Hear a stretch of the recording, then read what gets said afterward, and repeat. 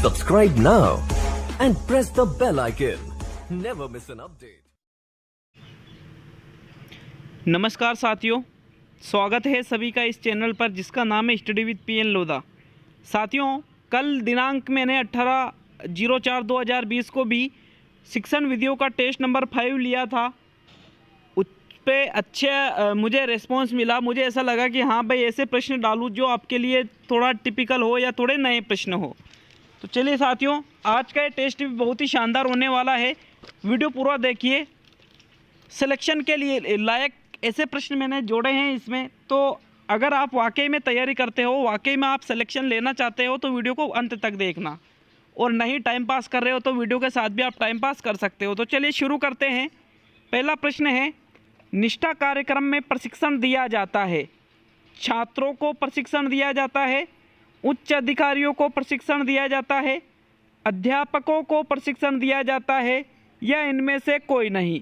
तो मित्रों, right answer बताना है। जो निष्ठा कार्यक्रम जो अभी चल रहा है, गवर्नमेंट जो चला रही है तत्काल, अभी का टॉपिक है, आ सकता है एग्जाम में, इसलिए मैं इसमें से प्रश्न ऐड करता हूं। तो साथियों बताइए कि जैसे CCE है, वैसे एक प्रोग्राम है निष्ठा भी, स्कूल से जुड़ी हुई चीज़ें हैं, इसलिए मैं इसको पढ़ाता हूँ, इसलिए इसके प्रश्न लाता हूँ। तो राइट आंसर बताइए साथियों। इसका राइट आंसर है, अध्यापकों को इसमें प्रशिक्षण दिया जाता है। मैंने खुद ने निष्ठा की ट्रेनिंग कर रखी है, तो मुझे पता है इसके बारे में अच्छी तरह से। तो मित्रों, इसका तीसरा विकल्प सही है। प्रश्न नंबर 2 देखेंगे साथियों। दूसरा प्रश्न आता है, सेकंड प्रश्न है, राष्ट्रीय अध्यापक शिक्षा परिषद NCTE का गठन कब किया गया? 1994 में किया गया, 1995 में किया गया, 1997 में किया गया, या 1992 में किया गया? तो मित्रों, NCTE का गठन कब किया गया? राइट आंसर बता दीजिए। आपके अनुसार इसका राइट आंसर क्या रहेगा? साथियों, राष्ट्रीय अध्यापक शिक्षा परिषद या फिर NCTE इसका गठन 1995 को किया गया था। अध्यापक शिक्षा में गुणवत्तात्मक सुधार लाने के लिए, अध्यापकों में गुणवत्ता लाने के लिए इसका गठन किया गया था। यहाँ पे दूसरा विकल्प सही है, 1995 वाला। चलिए मित्रों, प्रश्न नंबर 3 देखेंगे। तीसरा प्रश्न आता है, राष्ट्रीय शिक्षा नीति के प्रतिवेदन पर आधारित थी। किसके प्रतिवेदन पर आधारित थी? मुदालियर आयोग के प्रतिवेदन पर आधारित थी, माध्यमिक शिक्षा बोर्ड आयोग के प्रतिवेदन पर आधारित थी, राधाकृष्णन आयोग के प्रतिवेदन पर आधारित थी, या कोठारी शिक्षा आयोग के प्रतिवेदन पर आधारित थी? तो मित्रों, राइट आंसर बताइए कि जो राष्ट्रीय शिक्षा नीति थी वो किसके प्रतिवेदन पर आधारित थी?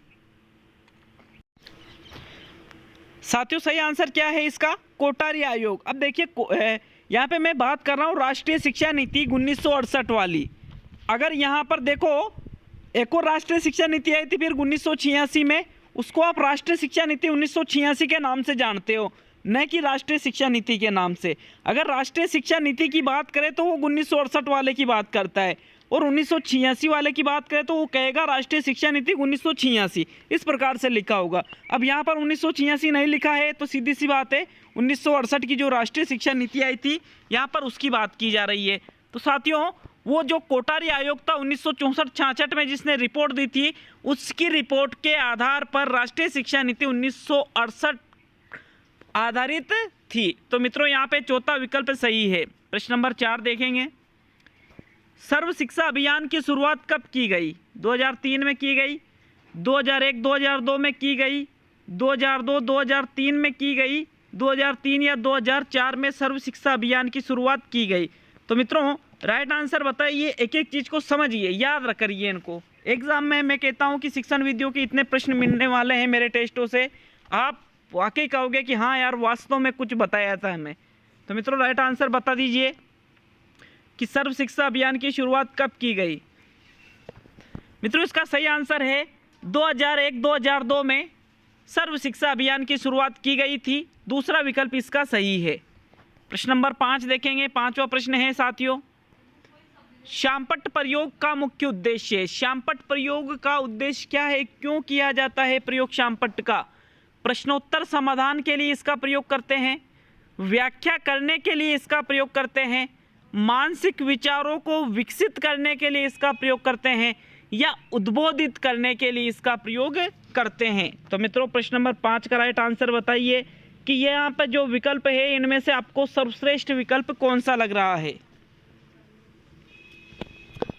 साथियों इसका राइट आंसर है मानसिक विचारों को विकसित करने के लिए शांपट प्रयोग किया जाता है। मानसिक विचार मतलब मानव के मन में जो विचार चलते हैं, चाहे वो अध्यापक हो चाहे वो छात्र हो, उसके लिए शांपट का प्रयोग किया जाता है। तीसरा विकल्प सही है इसका।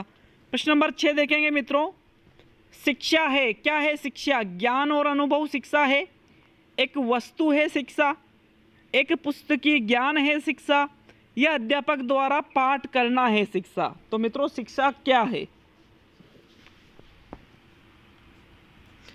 साथियों इसका राइट आंसर है शिक्षा ज्ञान और अनुभव दोनों है। कोई शिक्षा वस्तु नहीं है, पुस्तकीय ज्ञान ही शिक्षा नहीं होता है, और अध्यापक जो पाठ पढ़ाता है इसका मतलब वो नहीं कि वो शिक्षण है, उसको आप शिक्षा नहीं कह सकते। लेकिन ज्ञान और अनुभव भी क्या है मित्रों? शिक्षा है। यहाँ पे प्रथम विकल्प सही रहेगा। प्रश्न नंबर 7 देखेंगे। 7वां प्रश्न है, कोटारी आयोग इससे संबंधित है, विद्यालय शिक्षा से संबंधित है, माध्यमिक शिक्षा से संबंधित है, विश्वविद्यालय शिक्षा से संबंधित है, या इनमें से किसी से नहीं। तो मित्रों राइट आंसर बताइए कि कोठारी आयोग किससे संबंधित है। साथियों इसका राइट आंसर है कोठारी आयोग जो 1964-66 वाला है वो विद्यालय शिक्षा से संबंधित है। विद्यालय शिक्षा में सुधार करने के लिए कोठारी आयोग का गठन किया गया था। चलिए आगे बात करते हैं 8वें प्रश्न का। 8वां प्रश्न है, डाल्टन विधि प्रारंभ करने का श्रेय किसे जाता है? डॉक्टर डाल्टन को, हेलन पार्क्सहर्स्ट को, किलपेट्रिक को और पेस्टोलॉजी को। तो मित्रों डाल्टन विधि किसने दी है आपको ये बताना है। राइट आंसर बता दीजिए। इसका प्रश्न नंबर 8 का राइट आंसर क्या रहेगा?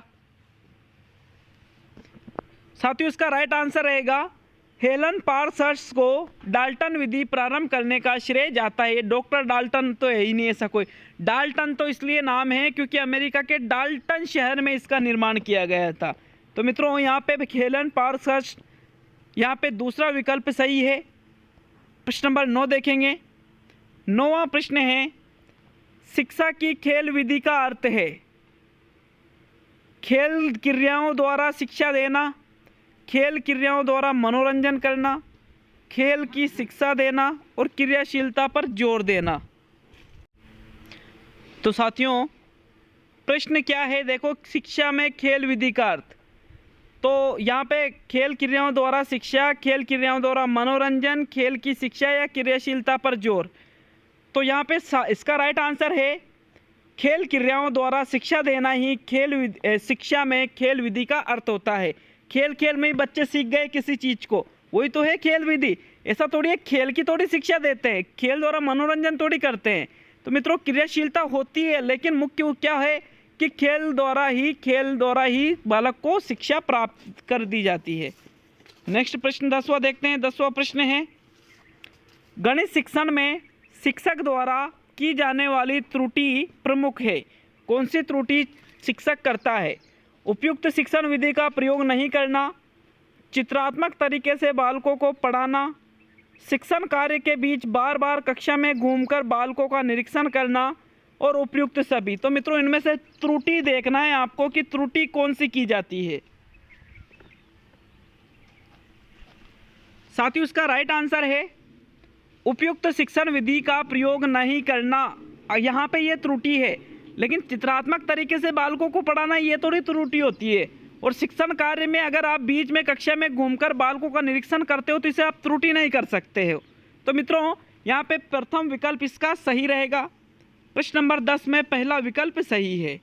चलिए प्रश्न नंबर 11 देखेंगे। 11वां प्रश्न है, किसने कहा कि गणित वह विज्ञान है जिसमें आवश्यक निष्कर्ष निकाले जाते हैं? होगबेन ने कहा ऐसा, स्किनर ने कहा ऐसा, लोक ने कहा, या बेंजामिन पेरिक या फिर पियर्स भी इसको कहा जाता है। तो मित्रों किसके द्वारा ये कथन कहा गया? कि गणित वह विज्ञान है जिसमें आवश्यक निष्कर्ष निकाले जाते हैं। साथियों इसका राइट आंसर है बेंजामिन पेरिक द्वारा यह कहा गया कि गणित वह विज्ञान है जिसमें आवश्यक निष्कर्ष निकाले जाते हैं। यहाँ पे चौथा विकल्प सही है मित्रों। प्रश्न नंबर 12 देखेंगे। 12वां प्रश्न है विज्ञान सबके लिए की पुष्टि किसके द्वारा की गई? कि विज्ञान सबके लिए है, किसी एक के लिए विज्ञान नहीं है। तो ऑप्शन है राष्ट्रीय शिक्षा नीति 1986 के द्वारा, अंतर्राष्ट्रीय शिक्षा नीति के द्वारा, यूनेस्को द्वारा या फिर एनसीईआरटी द्वारा। किसके द्वारा पुष्टि की गई कि विज्ञान किसके लिए है? सबके लिए है। साथियों यहाँ पे राइट आंसर है राष्ट्रीय शिक्षा नीति 1986 के द्वारा ये पुष्टि की गई कि विज्ञान सबके लिए है। पहला विकल्प सही है। प्रश्न नंबर 13 देखेंगे। 13वां प्रश्न है उपचारात्मक शिक्षण का आधार क्या है? स्व परीक्षण करना, पाठ्य पुस्तक परीक्षण, निदानात्मक परीक्षण, व्याख्यान परीक्षण। ये आपके सामने 4 ऑप्शन हैं। अब देखिए इनमें से कौन सा सही है। केवल 1 व 2 सही है, केवल 3 सही है, केवल 1, 2, 3 सही है और केवल 3, 4 सही है। तो मित्रों उपचारात्मक शिक्षण का आधार क्या है यहाँ पे तो आपको ये देखना है और इनमें से जो जो सही है इन विकल्पों को आपको बताना है। ये पहला, दूसरा, तीसरा, चौथा। पढ़ लीजिए, प्रश्न को थोड़ा डिफिकल्ट बना दिया है, सीधा सा प्रश्न है। जबकि साथियों इसका राइट आंसर है विकल्प नंबर 2। 2 कैसे है? इसमें लिख रखा है केवल 3 के 3 में क्या है? निदानात्मक परीक्षण। भाई उपचारात्मक शिक्षण किसके आधार पर किया जाता है? निदान के आधार पर ही उपचारात्मक शिक्षण किया जाता है। अतः यहाँ दूसरा विकल्प सही होगा क्योंकि दूसरे में लिखा हुआ है केवल 3। तो मित्रों यहाँ पे दूसरा विकल्प सही है। प्रश्न नंबर 14 देखेंगे। श्रव्य दृश्य साधनों के प्रयोग का तर्काधार इस तथ्य पर आधारित है कि इनसे अध्यापन अधिगम प्रक्रिया सुगम हो जाती है, इससे अधिगम स्थूल हो जाता है, इससे हमारी दोनों इंद्रियां सक्रिय हो जाती है, या यह मात्र किसी चीज़ को करने का दूसरा तरीका है। तो मित्रों सही आंसर बता दीजिए। इसका राइट आंसर क्या रहेगा? श्रव्य दृश्य साधनों का प्रयोग किस तर्क के आधार पर किया जाता है? साथियों इसका राइट आंसर है इससे हमारी दोनों इंद्रियां सक्रिय हो जाती है। किससे हो जाती है? सक्रिय हो जाती है। क्योंकि देखिए तो मित्रों इससे हमारी दोनों इंद्रियां सक्रिय हो जाती है। कौन कौन सी इंद्रियां? श्रव्य से तो हमारे कान जो है वो सक्रिय हो जाते हैं और दृश्य से हमारी आंखें हैं वो भी सक्रिय हो जाती है। तो एक से अधिक इंद्रियों का यदि प्रयोग होता है तो फिर वहाँ पर ज्ञान जो है वो अधिक ज़्यादा स्थायी होता है, अधिक ज़्यादा उसको कैचअप किया जा सकता है। तो इस आधार पे तीसरा विकल्प इसका सही है। प्रश्न नंबर 15 देखिए। 15वां प्रश्न है निम्न में से किस पाठ में पहले सामान्य नियम स्पष्ट किए जाते हैं और उसके बाद उदाहरण दिए जाते हैं? तो पहले तो यहाँ सामान्य नियम देखिए, पहले सामान्य नियम बता रहे हैं, फिर उसके आधार पर वैसे ही उदाहरण प्रस्तुत किए जाते हैं। तो मित्रों उसे संज्ञानात्मक पाठ कहते हैं, उसे कौशल पाठ कहते हैं, उसे निगमनात्मक पाठ कहते हैं या उसे आगमनात्मक पाठ कहते हैं? तो राइट आंसर बताइए। साथियों इसका राइट आंसर है निगमनात्मक पाठ उसको कहा जाएगा, क्योंकि निगमनात्मक में क्या होता है कि पहले नियम बता दिए जाते हैं और फिर उदाहरण प्रस्तुत किए जाते हैं। तो यहाँ पे देखिए यहाँ सामान्य नियम स्पष्ट कर दिए फिर उदाहरण दे रहे हैं, तो निगमनात्मक पाठ इस आधार पे राइट आंसर रहेगा। प्रश्न नंबर 16 देखेंगे। 16वां प्रश्न है परिपरीक्षा अथवा जांच पड़ताल आधारित पाठ्यचर्या पर आधारित है, निगमनात्मक तर्कना पर आधारित है, आगमनात्मक तर्कना पर आधारित है, खोजपरक तर्कना पर आधारित है या सादृश्यता तर्कना पर आधारित है? तो इसका राइट आंसर बताइए, फिर इस प्रश्न को समझेंगे। मित्रों इस प्रश्न का सही आंसर है खोजपरक तर्कना। खोजपरक तर्कना कैसे है देखिए, परिपरीक्षा अथवा जांच पड़ताल, मतलब जांच की जा रही है यहाँ पे, तो जांच की जा रही है तो जांच का मतलब क्या होता है? खोज करना ही है। तो साथियों इस प्रकार से इसको खोजपरक तर्कना के अंतर्गत रखा जाता है, इसलिए इसका तीसरा विकल्प सही है। प्रश्न नंबर 17 देखेंगे मित्रों। 17वां प्रश्न है आपके सामने, शिक्षण सहायक सामग्री की सापेक्षिक प्रभावशीलता को किसके द्वारा स्पष्ट किया गया? त्रिभुज द्वारा, शंकु द्वारा, वर्ग द्वारा या रेखा चित्र द्वारा? तो मित्रों राइट आंसर बताना है इसका कि जो शिक्षण सहायक सामग्री है इसकी सापेक्षिक प्रभावशीलता को किसके द्वारा स्पष्ट किया गया? मित्रों इसका राइट आंसर है शंकु द्वारा। कल के टेस्ट में ही मैंने आपको कौन ऑफ एक्सपीरियंस किसके द्वारा दिया गया, तो वहां पर आपका आंसर था एडगर डेल द्वारा। तो कौन ऑफ एक्सपीरियंस का मतलब क्या है? अनुभव शंकु। तो यहाँ पे वो अनुभव शंकु क्या बताता है? शिक्षण सहायक सामग्रियों की सापेक्षिक प्रभावशीलता, कि आप जैसे दृश्य सामग्री इतना प्रभाव डालती है, श्रव्य सामग्री इतना डालती है, दृश्य श्रव्य इससे ज़्यादा डालती है, प्रत्यक्ष अनुभव और ज़्यादा प्रभाव डालता है। तो मित्रों ये शंकु के माध्यम से एडगर डेल ने स्पष्ट किया था। दूसरा विकल्प सही है। प्रश्न नंबर 18 देखेंगे, ओवरहेड प्रोजेक्टर में क्या प्रयुक्त किया जाता है? OHP ये एक प्रक्षेपी यंत्र है, सिरो प्रक्षेपी यंत्र इसको कहा जाता है। इसमें किसका प्रयोग किया जाता है चित्रों को दिखाने के लिए? तो कैसेट का प्रयोग, ट्रांसपेरेंसी का प्रयोग, पाठ्य पुस्तक का प्रयोग या हस्तलिपि का प्रयोग? तो साथियों राइट आंसर बताइए, इसका राइट आंसर क्या रहेगा? मित्रों इसका राइट आंसर रहेगा OHP में ट्रांसपेरेंसी का प्रयोग किया जाता है। ट्रांसपेरेंसी मतलब क्या होता है? पारदर्शक एक कांच की तरह या फिर बिल्कुल छोटी एक चीज होती है। मतलब मैं कैसे बता सकता हूँ कि ऐसे जैसे कोई रील होती है ना, रील, तो उस रील पे ये बिल्कुल ट्रांसपेरेंसी भी ऐसी होती है, इस पर चित्र बने होते हैं और फिर उसको कहाँ रखा जाता है? ओवरहेड प्रोजेक्टर में रखा जाता है। फिर वो जो चित्र हैं वो चित्र पर्दे पर या दीवार पर प्रदर्शित हो जाते हैं। तो मित्रों ट्रांसपेरेंसी का प्रयोग OHP में किया जाता है। प्रश्न नंबर 19 देखते हैं। 19वां प्रश्न है, शिक्षण के अंतर्गत शिक्षक की वास्तविक क्रियाएं क्या कहलाती है? विधि कहलाती है, युक्ति कहलाती है, प्रविधि कहलाती है या प्राप्य उद्देश्य कहलाते हैं? तो मित्रों 19वें प्रश्न का राइट आंसर बताना है आपको। 19वें प्रश्न का राइट आंसर क्या रहेगा? शिक्षण के अंतर्गत शिक्षक जो वास्तविक क्रिया करता है पढ़ाते समय उसको क्या कहेंगे?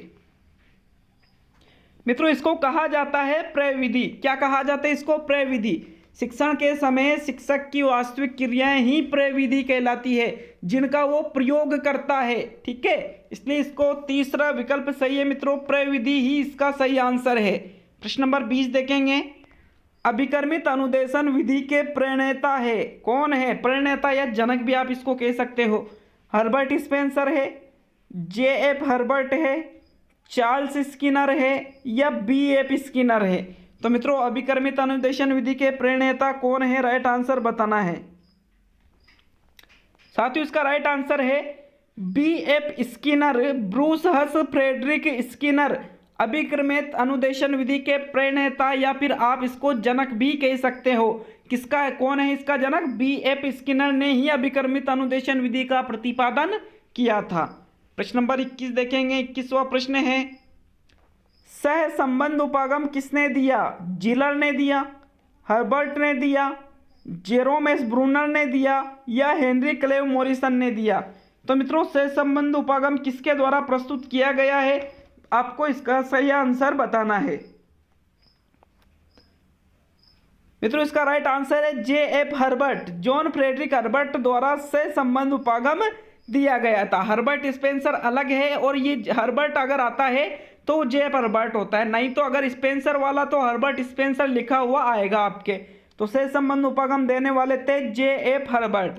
प्रश्न नंबर 22 देखेंगे। 22वां प्रश्न है, भारत में सामाजिक अध्ययन का एक अलग विषय के रूप में अध्ययन कराने की सर्वप्रथम सिफारिश किसने की थी? कि सामाजिक अध्ययन को एक अलग विषय के रूप में अध्ययन कराना चाहिए, ऐसा कहने वाले सबसे पहले कौन थे? कोठारी आयोग ने कहा था, ये राधाकृष्णन आयोग ने कहा था, ये मुदालियर आयोग ने कहा था। मुदालियर आयोग को माध्यमिक शिक्षा बोर्ड आयोग वर्तमान में कहते हैं, या इनमें से किसी ने नहीं कहा था? तो मित्रों प्रश्न नंबर 22 का सही आंसर बताइए। साथियों इसका राइट आंसर है कि भारत में सामाजिक अध्ययन एक अलग विषय के रूप में पढ़ाया जाना चाहिए, ऐसा कहने वाले थे मुदालियर आयोग या माध्यमिक शिक्षा बोर्ड आयोग, जिनकी स्थापना सन 1952-53 में हुई थी। ठीक है, तो मित्रों इस प्रकार से इसका तीसरा विकल्प सही रहेगा। प्रश्न नंबर 23 देखेंगे। 23वां प्रश्न है, सामाजिक विज्ञान में क्षेत्रीय भ्रमण उपयोगी है। मूल्यांकन करने के लिए क्षेत्रीय भ्रमण उपयोगी है, मनोरंजन करने के लिए क्षेत्रीय भ्रमण उपयोगी है, आनुभाविक साक्ष्य के लिए क्षेत्रीय भ्रमण उपयोगी है, या इनमें से सभी के लिए क्षेत्रीय भ्रमण उपयोगी है। तो मित्रों इसका राइट आंसर बता दीजिए, इसका सही आंसर क्या रहेगा। मित्रों प्रश्न नंबर 23 का सही आंसर रहेगा आनुभाविक साक्ष्य के लिए क्षेत्रीय भ्रमण उपयोगी होता है। भाई मनोरंजन थोड़ी करना है बच्चों का, ऐसे मनोरंजन तो विद्यालय में ही हो जाएगा, क्षेत्रीय भ्रमण थोड़ी मनोरंजन के लिए होता है। मूल्यांकन के लिए ठीक है ये भी हो सकता है, लेकिन मूल्यांकन तो और चीज़ों से भी हो सकता है। लेकिन आनुभाविक साक्ष्य मतलब वहाँ पर बालक खुद जाकर के उस चीज़ को देखेगा, उसका अनुभव करेगा, यहाँ पे इसलिए क्षेत्रीय भ्रमण उपयोगी होता है। अतः तीसरा विकल्प सही है। प्रश्न नंबर 24 देखेंगे साथियों। 24वां प्रश्न है, कक्षा 6 से 8 तक सामाजिक को कहा जाता है। सामाजिक विज्ञान कहते हैं 6 से 8 तक, पर्यावरण विज्ञान कहते हैं, पर्यावरण अध्ययन कहते हैं, या सामाजिक अध्ययन कहते हैं। तो मित्रों राइट आंसर बताइए, कक्षा 6 से 8 तक सामाजिक को किस नाम से जाना जाता है। मित्रों कक्षा 6 से 8 तक सामाजिक को सामाजिक अध्ययन के नाम से जाना जाता है। किसके नाम से जाना जाता है? सामाजिक अध्ययन के नाम से। 1 से 5 तक तो कक्षा 1, 2 में तो पर्यावरण चलती ही नहीं है। कक्षा 3 से पर्यावरण स्टार्ट होती है और 3 में ये आती है पर्यावरण अध्ययन के नाम से। 3, 4, 5 में पर्यावरण अध्ययन चलती है, फिर 6 से 6, 7, 8 में सामाजिक अध्ययन चलती है, फिर 9, 10 वहाँ जाते ही फिर ये सामाजिक विज्ञान के नाम से बदल जाती है। तो मित्रों यहाँ पे 6 से 8 की पूछ रहे तो सामाजिक अध्ययन राइट रहेगा। प्रश्न नंबर 25 देखेंगे, सामाजिकृत अभिव्यक्ति विधि के जनक कौन है? हर्बर्टसन है, जॉन डार्ले हैं,